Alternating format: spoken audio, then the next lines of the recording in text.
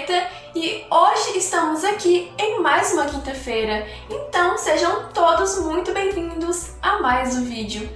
Hoje eu irei falar sobre o serial killer Richard Ramirez, ou também mais conhecido como The Night Stalker. Então, se você gostou do tema do vídeo, se inscreva no meu canal, curta esse vídeo e, é claro, não se esqueça de seguir a minha página no Facebook também.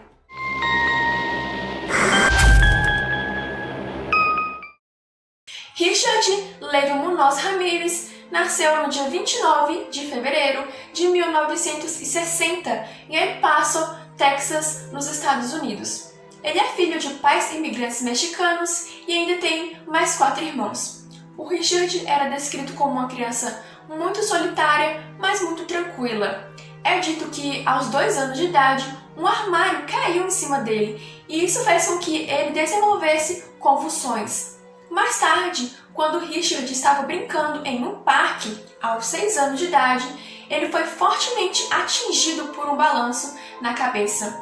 Isso fez com que ele desenvolvesse epilepsia. Em casa, seu pai tinha um temperamento explosivo, o que resultava em agressões. E é até mesmo dito que, para escapar dessas agressões, algumas vezes o Richard dormia em cemitérios. Fora isso, o Richard passou a ser cuidado pela sua irmã Ruth, já que seus pais trabalhavam o dia todo, então eles não tinham muito tempo para ficar em casa. Quando adolescente, o Richard passou a conviver com seu primo Mike, veterano de guerra do Vietnã. E foi ele, inclusive, que influenciou o Richard a usar drogas. E ele, com certeza, foi a pior influência que o menino já teve, pois, além das drogas, o Mike ainda mostrava sua coleção de fotos de mulheres que ele havia matado, estuprado e torturado durante seu período no exército. Fora que um tempo depois, o Richard presenciou o Mike matar a própria esposa. O Richard raramente ia à escola, ele apenas sustentava o seu vício em drogas. Ele já não tinha mais uma boa relação com seu pai, o que ocasionou ele a voltar a morar com a sua irmã Ruth, que já havia se casado. Ele conseguiu arrumar um emprego em um hotel, porém, nesse hotel, de noite, ele entrava nos quartos dos hóspedes para roubar itens. E ele foi demitido desse hotel após tentar estuprar uma hóspede.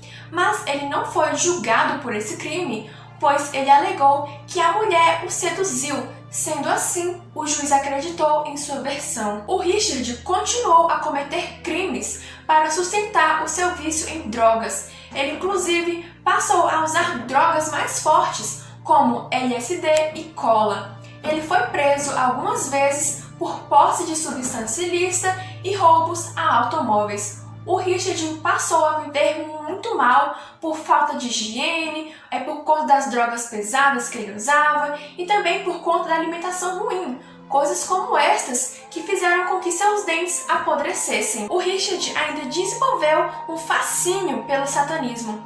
Ele se via como discípulo de Satanás e acreditava ser um demônio. No dia 28 de junho de 1984, em Los Angeles, após uma noite usando cocaína, o Richard invadiu a casa da Jane Winkle, de 79 anos, e a matou. Ele ainda rondou a casa, deu uma vasculhada na casa para encontrar algum item, para ver se ele encontrava algum item valioso. O corpo ele só foi encontrado no dia seguinte pelo filho da Jane.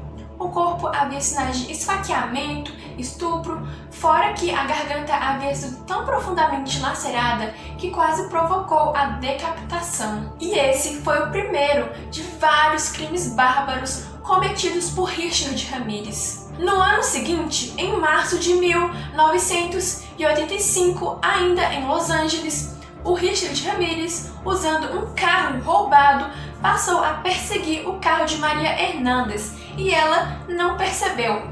Ela só percebeu quando chegou em casa e viu um homem apontando uma arma para o seu rosto. O Richard atirou, mas a bala bateu nas chaves dela, mas ela se fingiu de morta.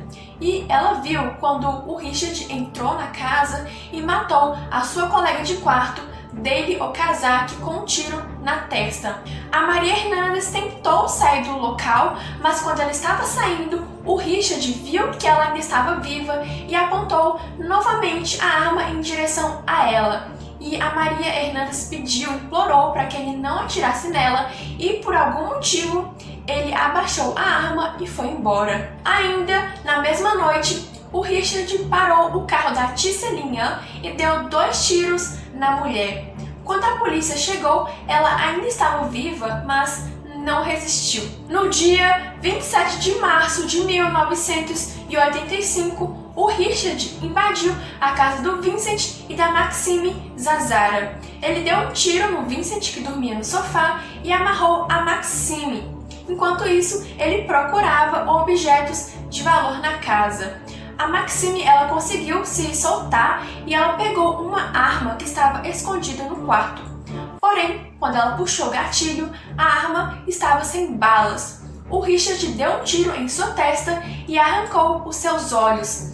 Tanto o Vincent quanto a Maxime foram esfaqueados e baleados. No dia 15 de abril de 1985, mais uma vez o Richard invadiu uma casa.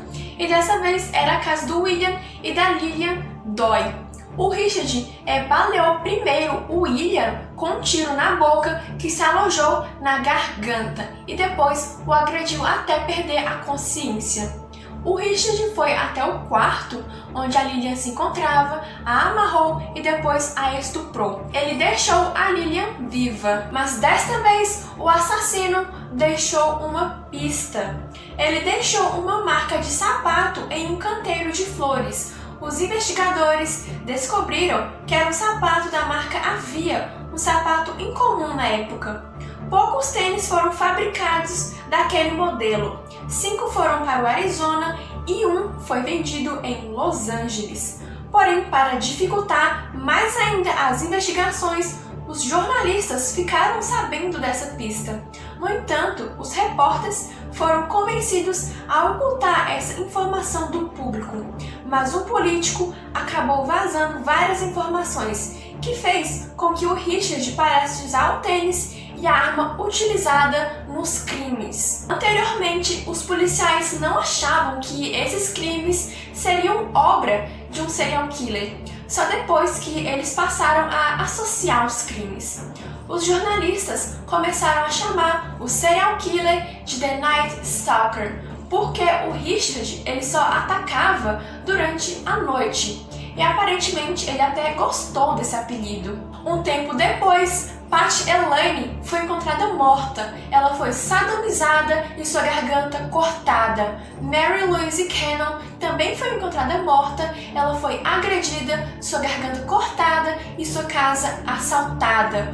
Os habitantes de Los Angeles estavam em pânico, pois os assassinatos eram frequentes e não restavam dúvidas de que o assassino voltaria a atacar. No dia 18 de agosto de 1985, o Richard entrou por uma janela na casa do Peter e da Barbara Pan. Os corpos foram descobertos em uma cama encharcada de sangue. O Peter e a Bárbara foram baleados na cabeça. A polícia foi acionada por um gerente de hotel que disse que o Richard havia se hospedado nesse hotel. O gerente disse que se lembrava do cheiro ruim e dos dentes estragados do assassino.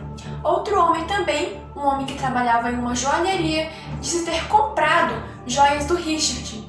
Joias essas que seriam de vítimas feitas pelo serial killer. No dia 24 de agosto, o Richard invadiu a casa do Bill Carnes e a sua noiva. Ele matou o Bill e prendeu a mulher, enquanto ele procurava itens de valor na casa, mas ele não encontrou e por isso ficou furioso e forçou a mulher a dizer "Eu amo Satã". Depois a estuprou e foi embora, deixando ela viva. Vale ressaltar que, além das vítimas adultas, o Richard não poupou crianças. Foram muitos assassinatos e muitos eu não citei, mas todos eram diferentes, pois o assassino ele não tinha um padrão, qualquer pessoa poderia ser uma vítima, e foi justamente isso que assustou a população, pois o Richard ele entrava nas casas, matava, estuprava, roubava itens de valor, fazia pentagramas satânicos nas casas e até mesmo chegou a fazer um pentagrama com batom na perna de uma vítima. O Richard ficava muito confortável depois de matar alguém, porque depois dos assassinatos ele ainda parava para fazer um lanche na casa das vítimas. Ele bebia e comia na casa dessas pessoas. Como foi feita a prisão do serial killer mais procurado dos anos 80? E como foi feita a prisão? Um dia, um homem viu um Toyota laranja com atitudes meio suspeitas. O carro estava rondando a vizinhança, então esse homem decidiu anotar a placa do carro.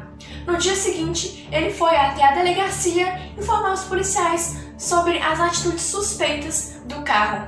E através da placa do carro, a polícia descobriu que aquele carro do Toyota laranja havia sido roubado. O carro ele foi localizado e foi montada uma vigilância para ver se alguém voltaria para buscá-lo, mas isso não aconteceu. A perícia no carro foi feita e foram descobertas digitais do Richard Ramirez. E então um retrato falado do serial killer foi feito.